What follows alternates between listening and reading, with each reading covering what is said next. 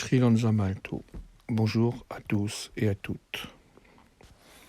La nature de la lumière, à la fois corpusculaire et ondulatoire, nous enseigne sur la double nature de l'âme et de la personnalité.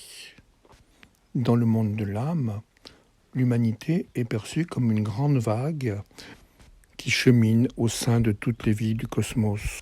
Au sein de cette vague, l'individu en tant que tel n'existe pas. La conscience est de nature impersonnelle. Elle perçoit spontanément l'interconnexion de toutes les formes de vie du cosmos. Elle se sait être vivante au sein du vivant. Elle est animée par la joie d'écouter et d'obéir aux impulsions spirituelles.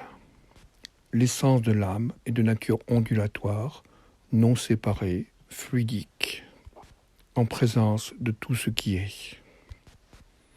L'essence de la personnalité est de nature corpusculaire.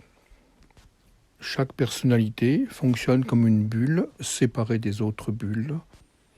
Ces bulles individuelles cherchent à s'organiser ensemble pour constituer des ensembles viables, car elles ont perdu le contact avec le champ universel de la présence.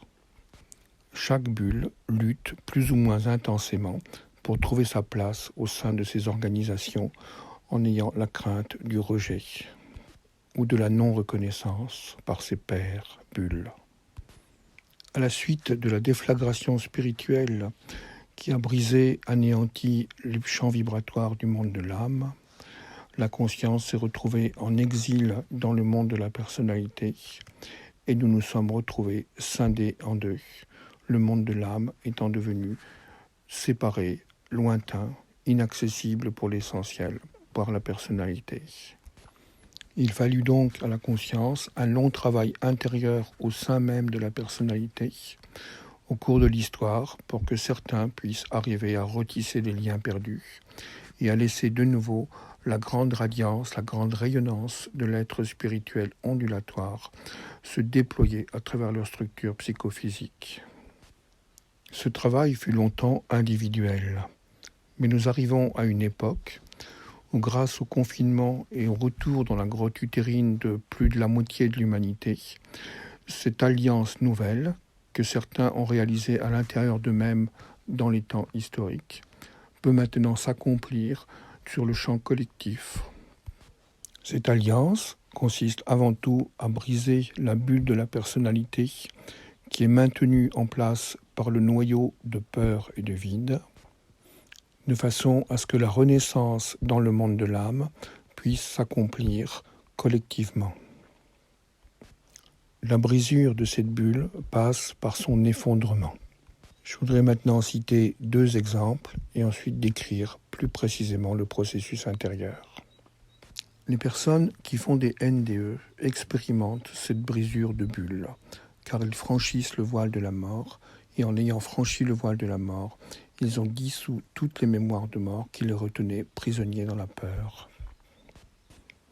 Nous pouvons également citer l'auteur de Conversation avec Dieu, qui est passé par un état de dénuement absolu en ayant tout perdu, pour ensuite pouvoir écouter la voix de son âme qui commençait à s'exprimer à travers lui. Ce processus d'effondrement, en vue d'une résurrection dans le monde de l'âme, est magnifiquement soutenu actuellement grâce au confinement collectif. Ce dernier nous a permis de revisiter des mémoires généalogiques et des mémoires collectives de l'humanité plus ancienne, comme si notre conscience avait remonté strate par strate différents événements, différentes situations qui nous avaient amenés à notre état actuel. Au cours de ce processus, il est possible pour certains d'entre nous de rencontrer les champs d'information portés par les êtres qui sont morts dans le passé de l'humanité. Cela se traduit dans notre expérience par quelque chose qui ressemble à une dépression, mais qui n'est pas une dépression. C'est comme s'il s'installait à l'intérieur de soi une grande mer océanique de néant, et que tout désir, toute pensée, toute impulsion s'effondre dans cette mer océanique. Perte de motivation, perte d'énergie, perte de sens. Pourtant, cela n'a pas la lourdeur passive et nostalgique de la dépression. La différence fondamentale est celle-ci.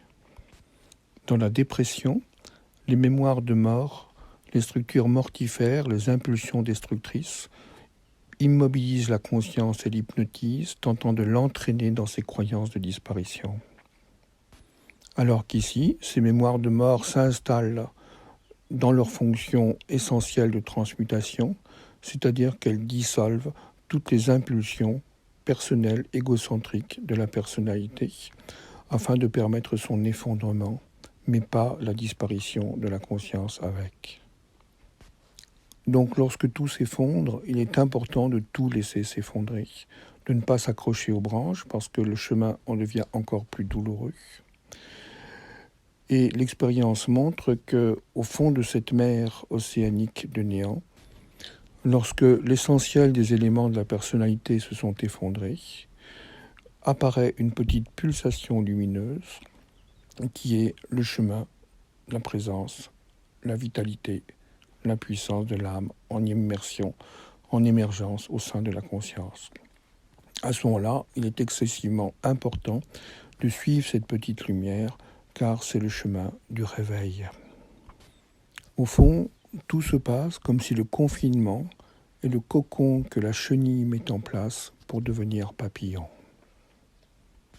La structure psychophysique de chenille s'effondre dans cette réorganisation absolue qui est mise en place au sein du cocon de soi pour faire émerger le rayonnement du soi. À ce moment-là, nous pourrons prendre notre envol en tant que papillon et faire éclater nos couleurs.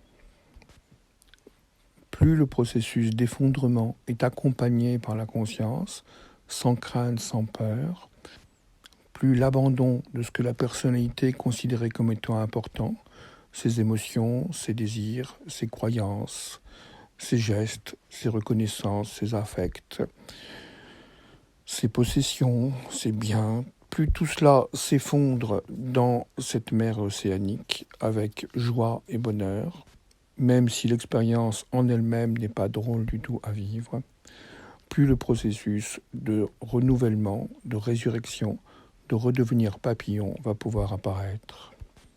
À la suite de ce processus apparaît la double conscience. Cette conscience que nous pouvons évoluer simultanément dans le monde de la personnalité et dans le monde de l'âme. Cette conscience que nous sommes à la fois un corps séparé et un corps unifié avec tous les autres corps. Cette conscience que la structure psychophysique est juste une particule au sein d'une grande vague spirituelle impersonnelle. Et je vous invite à une petite pratique méditative pour retrouver le goût de cela, de cette double conscience, de cette double présence, de ce papillon et de cette chenille vivant ensemble dans le grand champ cosmique du vivant. C'était Sri Malto. Je vous souhaite une merveilleuse vie de papillon avec toutes vos couleurs, tous vos éclats et toute votre liberté.